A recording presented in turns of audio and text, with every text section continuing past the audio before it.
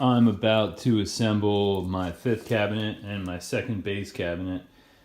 The only thing I won't have assembled at this point in time will be a sink base, essentially. This is a 30-inch drawer base, and this one is the biggest box, and it's a beast.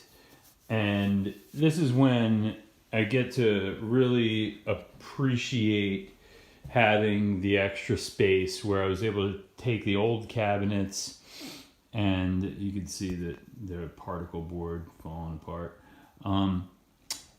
and set them up as basically an island that I can work on to assemble these. It saves me from having to bend over. I think you could definitely do it on the floor.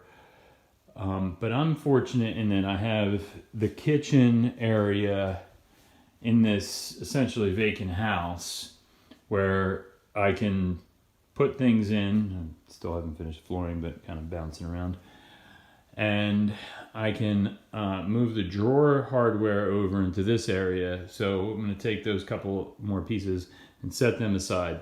They're the really heavy things. And then I can assemble the box, which will probably be just like all the other cabinets, and then put the drawers in afterwards. Now, this, the one thing I think is really nice about this is, although the top panels, the top drawers do not have any shaker style on them, the bottom two drawers in this drawer base thing do. And as I was assembling this one, I was thinking, oh, you know, I'm probably not going to have the shaker base on that 3 drawer piece, but I just forgot that, yeah, that was one of the reasons I ordered this set. You know, not just because it was plywood, but I did have an issue on the assembly. I'm gonna put these down here for a second. I did have an issue on the assembly of this cabinet where I busted out the back side screw. I think that if there's any area for improvement on these cabinets, I would go for this right here as the number one issue, that it's an exposed screw on the side, and also, you know, it was blown out on 2 of the cabinets already. So you got to be really careful with that one screw. Another thing I had an issue with was this screw right here. It blew out right there. So this cabinet was one where I was like, oh, yep, amateur work is resulting in, you know, an amateur finish.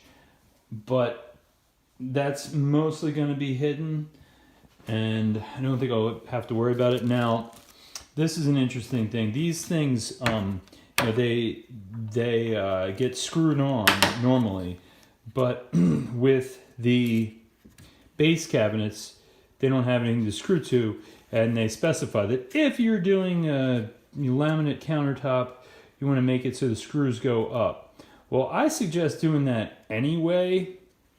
I guess it's possible that maybe they can't be removed if you install them this way, the other way, but this is nice to be able to pick the cabinet up by if you do it this way too.